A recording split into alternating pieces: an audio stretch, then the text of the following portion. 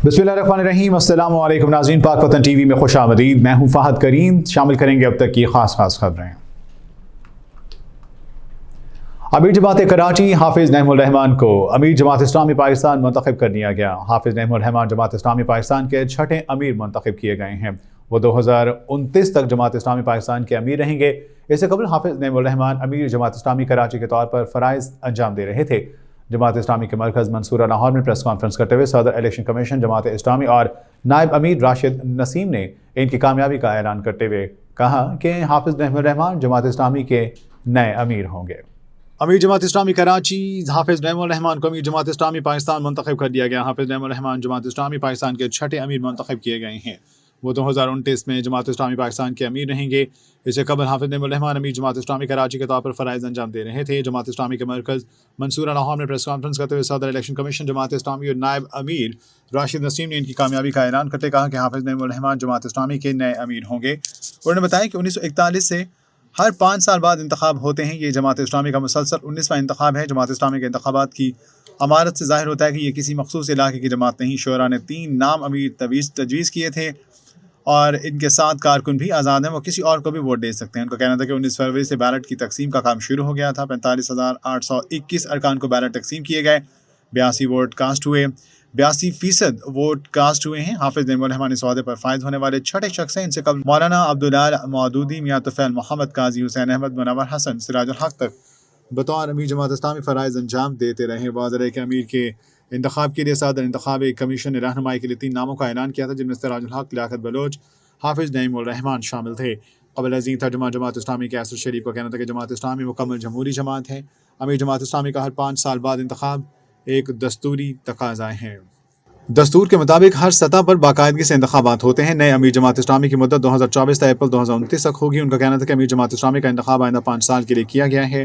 जमात इस्लामी किसी फ़र्द या ख़ानदान की नहीं बल्कि हर रुकन और कारकुन की है। कैसर शरीफ ने बताया कि मुल्क भर से 46,000 अरकान ने अपना वोट खुफिया बैलेट के ज़रिए कास्ट किया। अमीर जमात के लिए 3 नामों में सिराजुल हक, लियाकत बलोच, हाफिज़ नईमुल रहमान शामिल हैं। उनका कहना था कि अरकान जमात इन 3 के अलावा भी किसी को वोट कास्ट कर सकते थे। अमीर जमात इस्लामी सिराजुल हक अपनी दूसरी मुद्दत अमारात 8 अप्रैल को पूरी कर रहे हैं।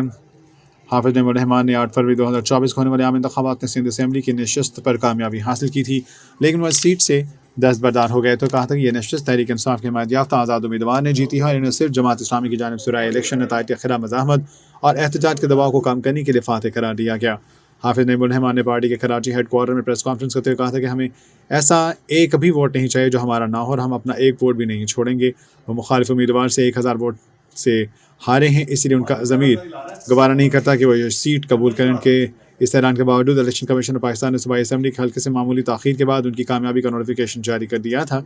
गुज़श्ता साल सिंध के बल्दियाती इंतखाबात के बाद हाफिज़ नईमुल रहमान ने मेयर कराची के उम्मीदवार के तौर पर पीपल्स पार्टी के रहनुमा मुर्तज़ा वहाब के मद्दे मुकाबले इलेक्शन में हिस्सा लिया था और मुर्तज़ा वहाब के हासिल करदे 173 वोटों के मुकाबले 160 वोट ले सके। नौमुंतखब अमीर जमात इस्लामी पाकिस्तान 1972 में सिंध के शहर हैदराबाद में पैदा हुए। उनके वालिदैन का आबाई ताल्लुक अलीगढ़ से था। वो 4 भाई और 3 बहनें और नॉर्थ नादिमाबाद ब्लॉक ए में किराए के मकान में रहते हैं। हाफिज़ रहमान की अहलिया शुमाइला नईम डॉक्टर हैं और जमात इस्लामी के फ़ाल रुकन हैं। हैदराबाद से मैट्रिक के बाद हाफिज़ रहमान की फैमिली कराची मुंतकिल हो गई। उन्होंने पाकिस्तान शिप ऑनर्स कॉलेज से इंटरमीडिएट किया और NED यूनिवर्सिटी से bachelor of engineering civil engineering में किया। बाद उन्होंने कराची यूनिवर्सिटी से इस्लामिक हिस्ट्री में मास्टर्स भी किया। वो ज़माना तालिब इल्मी में जमात इस्लामी के तलबा विंग इस्लामिक जमीयत तलबा से वाबस्ता हुए और एक फ़ाल और मुतहरिक तालिब इल्म रहनुमा के तौर पर अपनी शनाख्त बनवाने में कामयाब हुए। वो तलबा के हकूक़ के लिए आवाज़ उठाने पर गिरफ्तार भी हुए और मुख्तलिफ मौक़े पर 3 बार जेल काटी। वो इस्लामी जमीयत तलबा कराची और फिर सुबह सिंध जमीयत के नाज़िम भी रहे। उन्हें 1998 में इस्लामी जमीयत तलबा का नाज़िम आला यानी मरकज़ी सदर मुंतखब किया गया। वो 2 साल इस्लामी जमीयत तलबा के नाज़िम आला रहे। इस्लामी जमीयत तलबा से फ़राग़त के बाद उन्होंने जमात इस्लामी पाकिस्तान में शमूलियत इख्तियार की और अमली सियासत में कदम रखा। वो 2001 के शहरी हुकूमतों के इंतखाबात में ज़िला बस्ती कराची के एक यूनियन काउंसिल से नायब नाज़िम का इलेक्शन लड़ने में कामयाब हुए। वो लियाकताबाद जोन के अमीर जमात इस्लामी, ज़िला बस्ती के नायब अमीर कराची जमात इस्लामी के जनरल सेक्रेटरी और नायब अमीर भी रहे। 2013 में इन्हें जमात इस्लामी कराची का अमीर मुंतखब किया गया। बतौर अमीर जमात इस्लामी कराची उन्होंने कराची की सियासत पर तारी जमूत तो गैर मामूली जुर्रत और तहर्रुक के ज़रिए तोड़ा। कराची के मसाइल के हल, हुकूमती ज़्यादतियों के खिलाफ पुरज़ोर आवाज़ बुलंद करना शुरू की। उन्होंने कराची में अमन अमान की ख़राब सूरत हाल इलेक्ट्रिक नादरा के हवाले अवामी मसाइल और बहरिया टाउन मुतासरीन के लिए आवाज़ उठाई। कराची में जमात इस्लामी ने हाफिज़ नईमुल रहमान की क़यादत में हक 2 कराची को तहरीक का आगाज़ किया। जब हुकूमत सिंध ने बल्दियाती इदारों के इख्तियारात मज़ीद कम कर दिए तो जनवरी 2022 में सिंध असम्बली के बाहर 29 रोज़ का धरना दिया, जिसके बाद पीपल्स पार्टी की सिंध हुकूमत ने बल्दियाती इदारों के इख्तियारात वापस करने के लिए मुआहदे पर दस्तखत किए। उनकी क़यादत में जमात इस्लामी ने कराची के बल्दियाती इंतखाबात में 87 यूनियन काउंसिल्स और 9 टाउन्स जीत लिए। 8 फरवरी 2024 के आम इंतखाबात में हाफिज़ नईमुर रहमान की क़यादत में जमात इस्लामी शहर से 8.25 लाख वोट हासिल कर चुकी। हाफिज़ नईमुर रहमान जमात इस्लामी कराची के अमीर, साथ साथ जमात इस्लामी के फलाही विंग अल खिदमत वेलफेयर सोसाइटी कराची के भी सदर हैं। वफाकी वज़ीर तवानाई अवैस लगारी ने कहा है कि इस मरतबा बिजली चोरी पर सिर्फ क्लाइंट्स और कस्टमर्स के खिलाफ FIR या इन्हें जेल नहीं भेजा जाएगा, बल्कि जिन फीडर्स पर ज़्यादा चोरी होगी उसके इंचार्ज हमारे अपने ऑफिसर्स के खिलाफ भी क्रिमिनल प्रोसीडिंग यानी मुजरिमाना कार्रवाई होगी और दोनों पर FIR भी होगी। वफाकी वज़ीर तवानाई सरदार अवैस खान लगारी ने कहा कि निज़ाम में बेहतरी के लिए 60 अरब रुपए की मालियत से ट्रांसफार्मर की सतह पर मीटर लगा रहे हैं। वफाकी वज़ीर तवानाई अवैस लगारी ने कहा कि इस मरतबा बिजली चोरी पर सिर्फ क्लाइंट्स और कस्टमर्स के खिलाफ FIR या इन्हें जेल नहीं भेजा जाएगा, बल्कि जिन फीडर्स पर ज़्यादा चोरी होगी उनके इंचार्ज हमारे अपने ऑफिसर के खिलाफ क्रिमिनल प्रोसीडिंग यानी मुजरिमाना कार्रवाई होगी और दोनों पर FIR होगी। वफाकी वज़ीर तवानाई सरदार अवैस खान लगारी ने कहा कि निज़ाम में बेहतरी के लिए 60 अरब रुपए की मालियत से ट्रांसफार्मर की सतह पर मीटर लगा रहे हैं। उन्होंने कहा इस मरतबा बिजली चोरी पर सिर्फ क्लाइंट्स और कस्टमर के खिलाफ FIR या इन्हें जेल नहीं भेजा जाएगा, बल्कि जिन फीडर्स पर ज़्यादा चोरी होगी उसके इंचार्ज हमारे अपने ऑफिसर के खिलाफ क्रिमिनल प्रोसीडिंग होगी और दोनों पर FIR होगी। उनका मज़ीद कहना था कि अगर डिस्ट्रीब्यूशन कंपनीज़ को बेहतर चलाएं तो बड़ा एडवांटेज मिल सकता है। 1 से 2 साल के अंदर बिजली की तकसीम कार कंपनी की निजकारी इनके मैनेजमेंट मौसर तरीके से निजी इदारों के सपोर्ट कर देंगे और ये अमल सिर्फ 1 से 2 साल का होगा। वज़ीर तवानाई ने कहा डिस्ट्रीब्यूशन कंपनीज़ के बोर्ड्स अस्तर-ए-नौ मरतब करके इन्हें नई ज़िंदगी देना होगी, जिसके बाद इन्हें टास्क देंगे कि वह नुकसान का अज़ारा करें। उन्होंने कहा कि हमारे सिर्फ सार्फिन चोर नहीं बल्कि हमारे अंदर बैठे ऑफिसर चोर हैं। इसका हल सिर्फ यही है कि हुकूमत इन कंपनीज से बाहर निकले। हम डिस्कोर्स को बड़े शफाफ तरीके से प्राइवेट सेक्टर को देंगे। एक सवाल के जवाब में वज़ीर तवानाई ने कहा कि जब डॉलर के मुकाबले में रुपए की कदर में 150 रुपए की कमी हुई तो हमें कैपेसिटी पेमेंट की मद में 750 अरब रुपए के असरात मुरतब होते हैं। इस वक्त हमारे साल की कैपेसिटी पेमेंट 2000 अरब रुपए हैं। लाइन लॉसेस के हवाले से बात करते हैं उनका कहना था कि ग्रिड स्टेशन तक हमारे लॉसेस इंटरनेशनल मायार के मुताबिक हैं और KP के वज़ीर आला ने बिजली चोरी के खात्मे ताउन की यकीन दहानी कराई। सोलर और मुतबादिल ज़राए के हवाले से पूछे जाने वाले एक सवाल के जवाब में उनका कहना था कि एक साल में प्राइवेट सेक्टर ने 6850 मेगावाट के सोलर प्लांट इंपोर्ट किए, जिससे किसी हद तक लोड कम हुआ है। वफाकी वज़ीर इत्तलात अता तारा ने कहा है कि तवील जदोजहद के बाद मुल्क की मईशत बेहतरी की जानिब गामज़ाना इस्लामाबाद में मीडिया से गुफ्तगू करते उनका कहना था कि पिछले चंद माह में हमारे एक्सपोर्टर्स को बड़ी मुश्किलात थी कि जब कोई भी ऑर्डर मुल्क से बाहर जाता है तो वो डॉलर के हिसाब से जाता है, लेकिन उसमें इतना उतार चढ़ाव था कि वो चीज़ें बाहर नहीं भेज पा रहे थे। वफाकी वज़ीर इत्तलात अता तारा ने कहा है कि तवील जदोजहद के बाद मुल्क की मईशत बेहतरी की जानिब गामज़न है। इस्लामाबाद में मीडिया से बातचीत में उनका कहना था कि पिछले चंद माह में हमारे एक्सपोर्टर्स को बड़ी मुश्किलात थी कि जब कोई भी ऑर्डर मुल्क से बाहर जाता है तो वो डॉलर के हिसाब से जाता है, लेकिन इसमें इतना उतार चढ़ाव था कि वो चीज़ें बाहर नहीं भेज पा रहे थे। उन्होंने बताया कि हमने बहुत लंबा सफ़र तय किया, जिसके नतीजे में रुपया मुस्तहकम हुआ, मईशत बेहतर। स्टॉक एक्सचेंज को आप देखें, जब सियासी इस्तेहकाम आता है तो स्टॉक एक्सचेंज में मुस्बत रुझान देखने को आता है। ये तमाम चीज़ें मुल्क के लिए बहुत अच्छी हैं। तारा ने कहा ब्लूमबर्ग ने बताया कि महंगाई अगले साल 15% तक आ जाएगी। उन्होंने कहना था कि मैं PIA की निजकारी में मीडिया का भी शुक्रिया अदा करना चाहता हूँ। जिस तरह मीडिया ने निजकारी के हवाले से आवाम को आगाह किया, इन तमाम मामलात में मीडिया का मशकूर हूँ। पाकिस्तान है तो हम हैं, सियासत बाद में है, पाकिस्तान पहले है। वफाकी वज़ीर ने कहा निजकारी के जरिए रेवेन्यू मौसूल होगा। इन तमाम मुस्बत रुझानात को आगे लेकर चलेंगे तो तरक्की होगी, शहर नमू में इजाफा होगा। हमें मईशत को सियासत की नज़र नहीं करना। उन्होंने इस्तदा की कि कभी भी इस तरह की सूरत हाल अगर हो तो उस पर गौर से चलना चाहिए। उन्होंने इस्तदा की कि कभी भी ऐसी खबरें आती हैं जिससे मईशत का नुकसान हो तो मीडिया ने हमसे बात करनी है, हमारे दरवाजे खुले हैं। उन्होंने कहना था कि आज एक बड़ी इत्तेहाद का बताया गया, मगर इसमें कौन कौन शामिल है ये नहीं बताया गया कि इस बड़े इत्तेहाद में कौन शामिल होगा। डॉक्टर आसिम ने मुश्ता बीबी की सेहत को तसल्ली बख्श करार दिया। मुझे खुशी है कि ये एक अच्छी चीज़ है। गैर यकीनी की सूरत हाल सियासी अदम इस्तेहकाम पैदा करती हैं और मैं समझता हूँ कि जो मईशत का इस्तेहकाम है इसकी बुनियाद 16 माह की उस हुकूमत में रखी गई जब वज़ीर आज़म ने डिफ़ॉल्ट से मुल्क को बचाया। और मैं समझता हूँ कि उनकी बड़ी काविश है कि जो IMF के साथ जिस लेवल पे मुज़ाकरात चले और उन मुज़ाकरात के नतीजे में एक स्टैंड बाय एग्रीमेंट हुआ, जिसकी वजह से आज आप देखें कि उसके समरात हम देख रहे हैं कि डॉलर किस तरह उस ज़माने में फ्लक्चुएट हो रहा था, कभी 300, कभी 290, कभी 280, और रुपए की कदर में कमी दिन ब दिन वाक़या हो रही थी। तो रुपया जो है उसकी कदर में इजाफा हुआ और एक्सचेंज रेट जो है वो कंसिस्टेंट हो गया।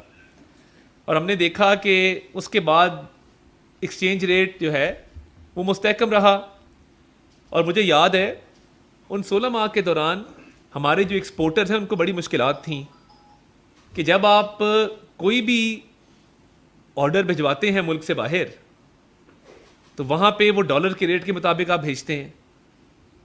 اب وہ اتنی فلکچویشن تھی کہ ایکسپورٹرز جو ہیں وہ اپنے اشیاء کو باہر نہیں بھجوا پا رہے تھے. ایل سیاں کئی دفعہ نہیں کھلتی تھیں, ایل سی کھولنے میں مشکلات کا سامنا ہوتا تھا.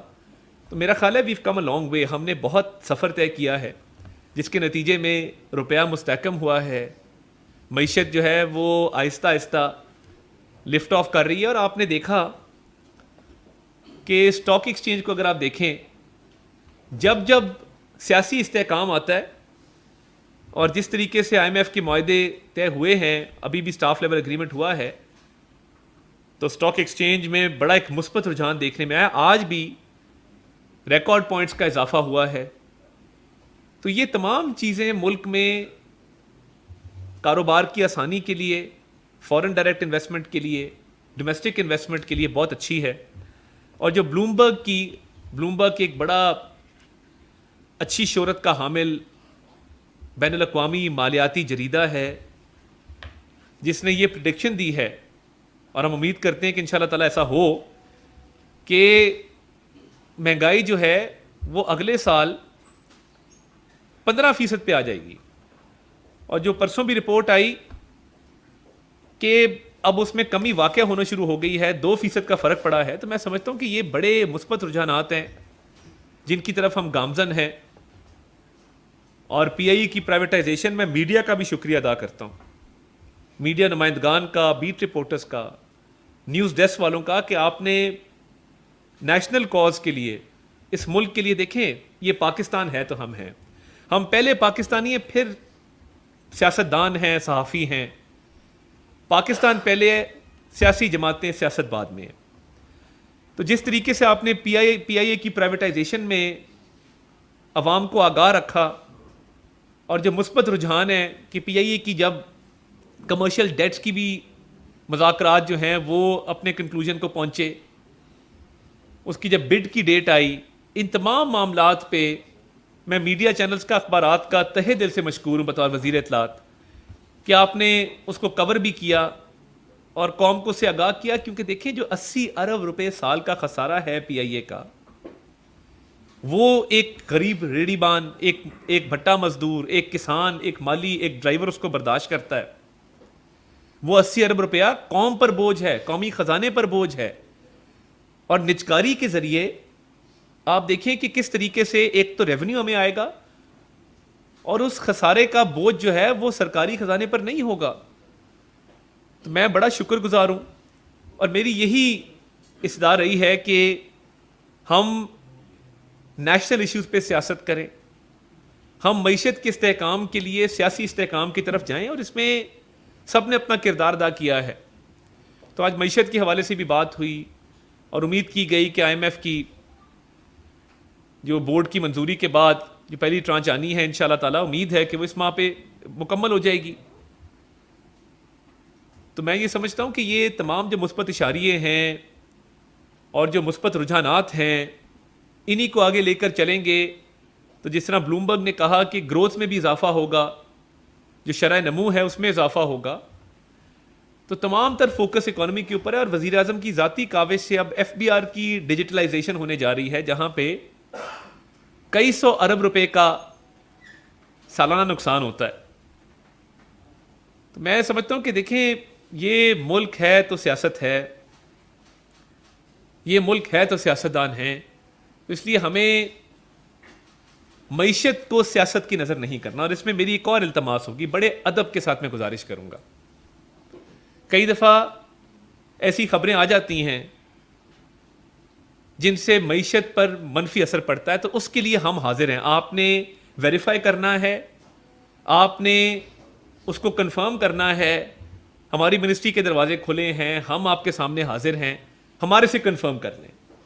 کئی دفعہ ایسی خبریں آ جاتی ہیں, اور اب بھی دیکھیں وزیر اعظم نے چینی سرمایہ کاری کو, پاک چین دوستی کو بڑی اہمیت دی, اور وہ خود گئے داسو جا کے انہوں نے چینی انجینئر سے ملاقات کی, اور چینی انجینئرز کے ساتھ انہوں نے ملاقات کے اندر سیکیورٹی کے جو معاملات تھے اس پہ روشنی ڈالی, تعزیت کی, اظہار ہمدردی کیا, اور اس میں بھی خاصی انشاءاللہ تعالیٰ پیش رفت ہے. عوام کے سامنے وہ بھی حقائق لے کے آئیں گے. اور چینی سیکیورٹی پہ وزیر اعظم 4 سے 5 میٹنگز کر چکے ہیں. تو یہ دیکھیں, یہ معیشت کی بہتری, قومی مفاد, یہ وہ چیزیں ہیں جس پہ پوری قوم اکٹھی ہے, اور اس میں ہمیں امید رکھنی چاہیے. اور جو امید ہوتی ہے, امید سے بہت سے مسئلے حل ہوتے ہیں. اور امید ایسے شخص سے ہے جس کا نام شہباز شریف ہے, جس نے ماضی میں ڈیلیور کیا ہے, جس نے ماضی میں 12.5 سال میاں نواز شریف کی قیادت میں اگر آپ دیکھیں پنجاب کے اندر, تو پنجاب کا نقشہ بدلا. اس کے بعد اب مریم نواز شریف صاحبہ بہت اچھا کام پنجاب کے اندر کر رہی ہیں. تو دیکھیں, یہ امید اور جو ڈیلیوری ہے یہ ساتھ ساتھ ہے.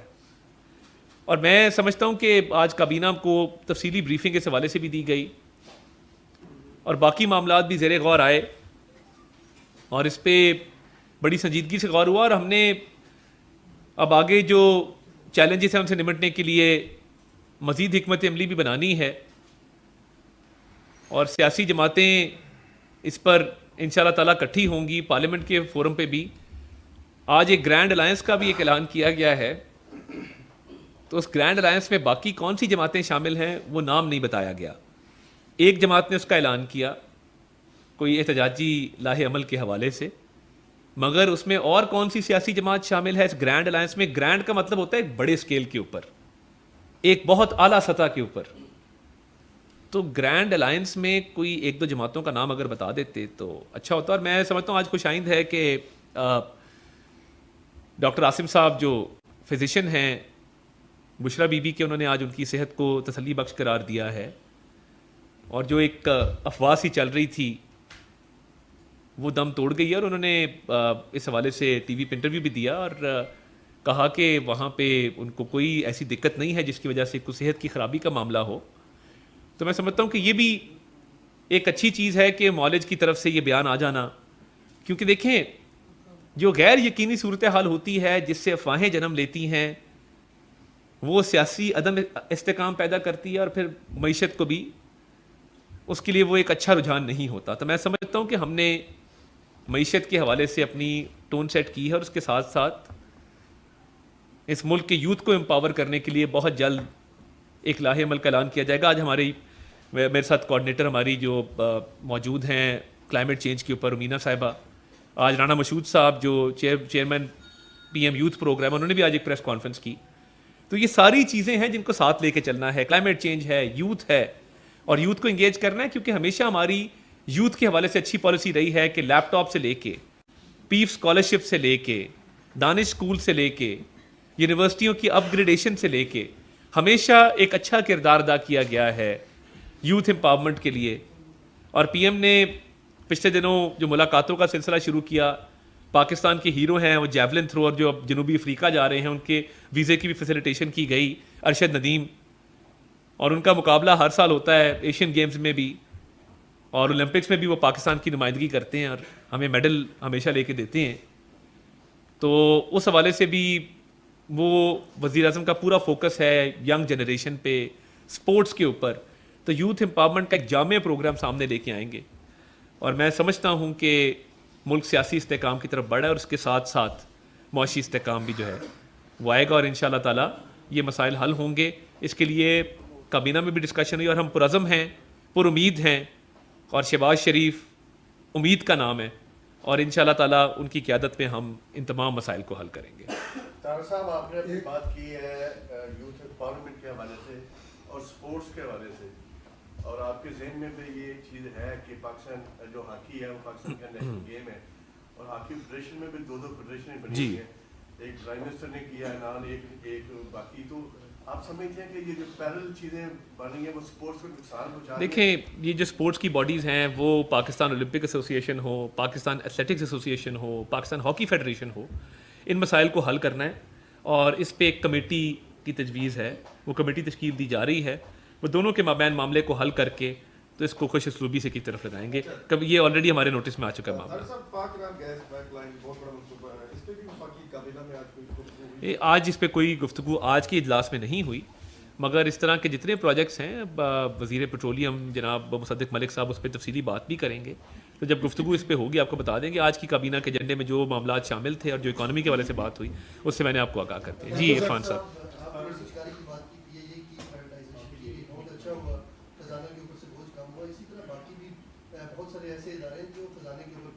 جی ایک ایسا ادارہ ہے جہاں پہ جو ایک حکومت کی ترجمانی کی جاتی ہے اور وہاں پہ پچھلے دنوں جو کچھ ہوا وہ آپ کی نظروں میں آپ نے بہت اچھا کیا یہ سوال کیا. کمیٹی بھی قائم کی گئی اور اس کے حوالے سے ابھی کیا اپڈیٹس؟ بہت شکریہ. میں نے بغیر کسی کے کہے بغیر کسی درخواست کے ایک کمیٹی تشکیل دی ہے.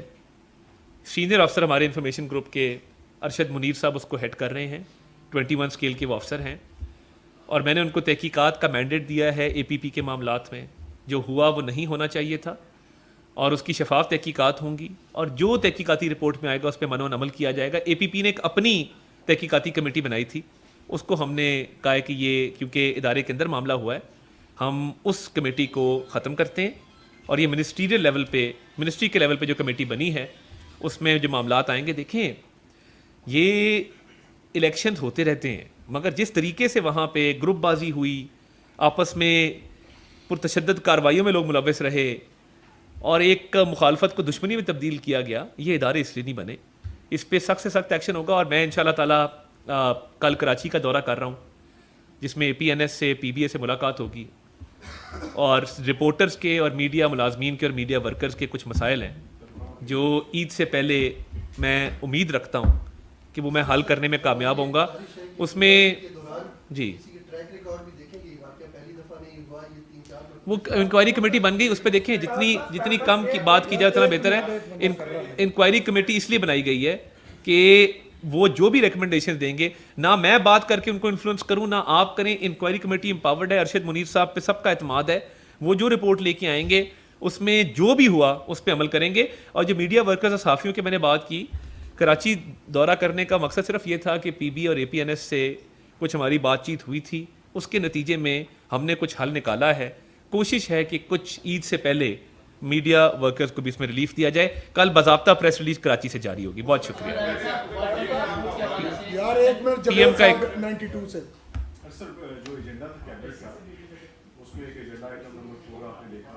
میں آپ کو بتا چکا ہوں, اس پہ آپ سوال کر کے اپنا بھی ٹائم ضائع کریں گے, آپ کو پتہ ہے ساری بات کا. ہاں جی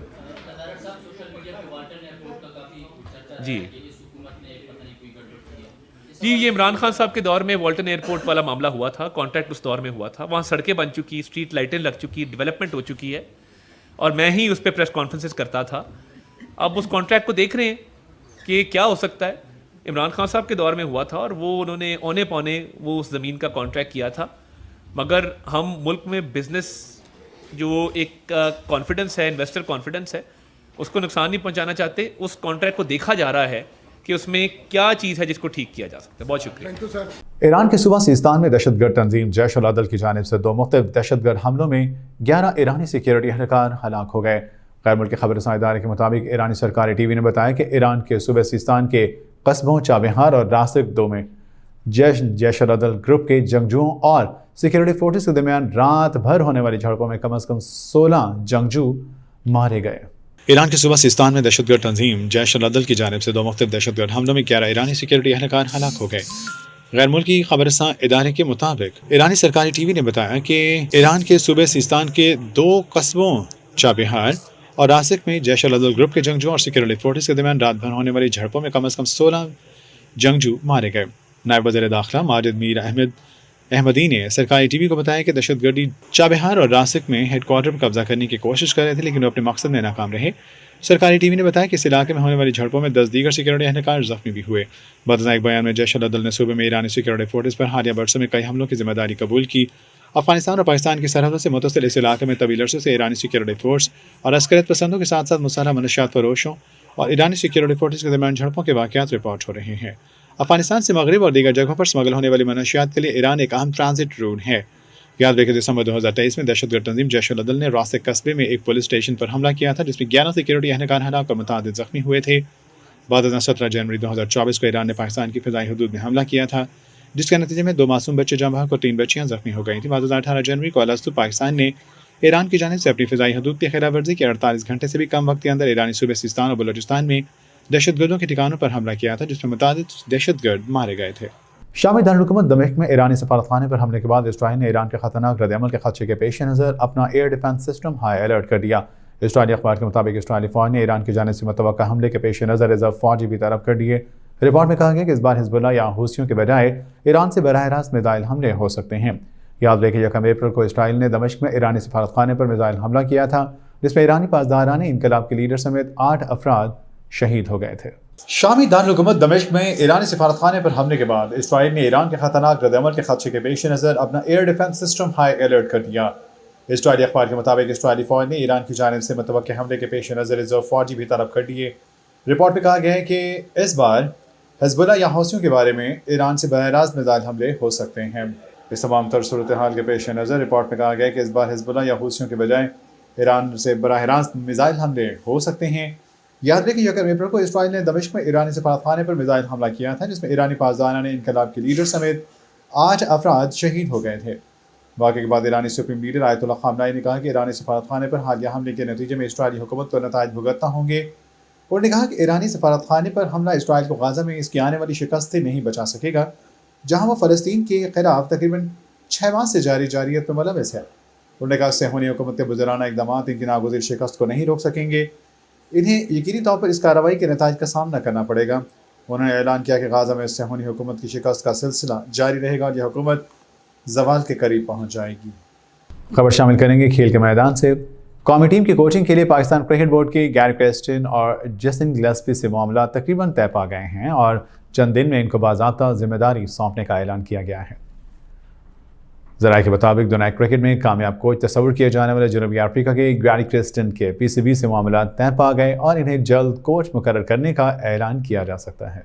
कौमी टीम की कोचिंग के लिए पाकिस्तान क्रिकेट बोर्ड के गैरी क्रिस्टन और जेसन गिलेस्पी से मामला तकरीबन तय पा गए और चंद दिन में इनको बाज़ाब्ता जिम्मेदारी सौंपे जाने का ऐलान कर दिया जाएगा। ज़रा ने बताया कि दुनिया क्रिकेट में कामयाब कोच तस्वुर किए जाने वाले जनूबी अफ्रीका के गैरी क्रिस्टन के PCB से मामला तकरीबन तय पा गए और इन्हें जल्द कोच मुकर्रर करने का ऐलान किया जा सकता है। भारत को 2011 का वर्ल्ड कप जितवाने वाले गैरी क्रिस्टन आलमी क्रिकेट में कोचिंग का वसी तजर्बा रखते हैं और इस वक्त भी IPL में कोचिंग के फ़राइज़ अंजाम दे रहे हैं। इनके साथ ऑस्ट्रेलिया के साबिक फास्ट बॉलर जेसन गिलेस्पी को पाकिस्तान टीम का बॉलिंग कोच मुकर्रर किए जाने का इम्कान है। गिलेस्पी ने हाल ही में साउथ ऑस्ट्रेलियन रेडबैक्स और बिग बैश की टीम एडिलेड स्ट्राइकर्स की कोचिंग से इस्तीफा दिया था। दूसरी जानब न्यूजीलैंड के खिलाफ सीरीज़ के लिए कौमी टीम का ऐलान भी 1 से 2 रोज़ में मुतवक्के हैं। सीरीज़ में PSL के स्टार उस्मान खान इरफान नियाजी को मौका दिए जाने का इम्कान है, जबकि हारिस रऊफ और फ़खर जमान इंजरी के बाद स्क्वाड से बाहर हो सकते हैं। इसके अलावा इंटरनेशनल रिटायरमेंट वापस लेने वाले फास्ट बॉलर मोहम्मद आमिर और ऑलराउंडर अमाद वसीम भी स्क्वाड में शामिल होंगे। पाकिस्तान और न्यूजीलैंड के दरमियान 5 मैचेस की T20 सीरीज़ 18 अप्रैल से शुरू होगी। और अब खबर सितारों की दुनिया से। मकबूल अदाकारा सोनिया हुसैन ने इंकशाफ किया कि कुछ अर्सा कबल एक अवार्ड शो के दौरान एन मौका पर उनके ब्लाउज का हॉटल लेस टूट गया था। अदाकारा ने हाल ही में निदा यासिर के रमज़ान शो में शिरकत की, जहां उन्होंने दीगर मामलात पर बात करने समेत अपने साथ अवार्ड शो में पेश आने वाले इस वाक़े का किस्सा भी सुनाया। ख्याल रहे कि कनाडा में हम अवार्ड का 2022 में शो हुआ था, जिसमें सोनिया हुसैन की गुलाबी साड़ी के साथ तस्वीर खूब वायरल हुई थी। तकरीब की वीडियोस में सोनिया हुसैन को साड़ी का पल्लू अपनी छाती के ऊपर ओढ़े देखा गया था। मकबूल अदाकारा सोनिया हुसैन ने इंकशाफ किया कि कुछ अर्सा कबल एक अवार्ड शो के दौरान एन मौका पर उनके ब्लाउज का हॉटल लेस टूट गया था। अदाकारा ने हाल ही में निदा यासिर के रमज़ान शो में शिरकत की, जहां उन्होंने दीगर मामलात पर बात करने समेत अपने साथ अवार्ड शो में पेश आने वाले वाक़े का किस्सा सुनाया। अदाकारा ने बताया कि कनाडा में होने वाले हम अवार्ड शो के दौरान उनके गुलाबी क्रिस्टल हॉल्टर ब्लाउज का लेस टूटा, जिसमें उन्हें बहुत परेशानी और शर्मिंदगी का सामना भी करना पड़ा। उस वक्त न सिर्फ दुआएं पढ़ने लगी बल्कि इन्हें अपना मुल्क पाकिस्तान भी याद आने लगा। अदाकारा ने बताया कि वो अवार्ड शो में नुमान एजाज के हमरा बैठी थी कि इन्हें किसी और अदाकारा ने आवाज़ दी और उन्होंने पीछे मुड़कर देखा तो उनके ब्लाउज़ का हॉल्टर लेस टूट गया और वो एकदम परेशान हो गए। यासिर हुसैन ने उनकी जानिब बढ़ने की कोशिश की, वो उनकी जानिब आए और इन्हें आवाज़ देकर कहने लगे कि वो कोई गाना सुनाएं, जिस पर वो मज़ीद परेशान हो गए। उन्होंने बताया कि जैसे ही मेज़बान उनके पास आए तो तमाम कैमरों ने इन्हें फोकस कर दिया, जबकि मेज़बान बार बार उन्हें कहते रहे कि अब उठ भी जाएँ और गाना सुनाएं। सोनिया हुसैन का कहना था कि इन्हें समझ नहीं आ रहा था कि वो क्या करें। फिर उन्हें अचानक ख्याल आया कि उन्होंने अपनी साड़ी का पल्लू अपनी छाती के ऊपर ओढ़ लिया और फिर उन्होंने यासिर हुसैन अली रहमान के साथ मिलकर सबको दिल दिल पाकिस्तान गाना सुनाया। अदाकारा ने बताया कि उन्होंने गुलाबी रंग की खूबसूरत डिज़ाइन की साड़ी पहनी थी, लेकिन इसका हॉटल लेस टूट जाने की वजह से इन्हें शर्मिंदगी का सामना करना पड़ा। ख्याल है कि कनाडा में हम अवार्ड शो का 2022 में शो हुआ था, जिसमें सोनिया हुसैन की गुलाबी साड़ी के साथ तस्वीर खूब वायरल हुई थी। तकरीब की वीडियोज़ में सोनिया हुसैन को साड़ी का पल्लू अपने छाती के ऊपर ओढ़े देखा गया है। یہ تھی اب تک کی خاص خبریں. مزید خبروں اور لیٹسٹ نیوز اپڈیٹ سے باخبر رہنے کے لیے آپ دیکھتے رہیے پاک وطن ٹی وی.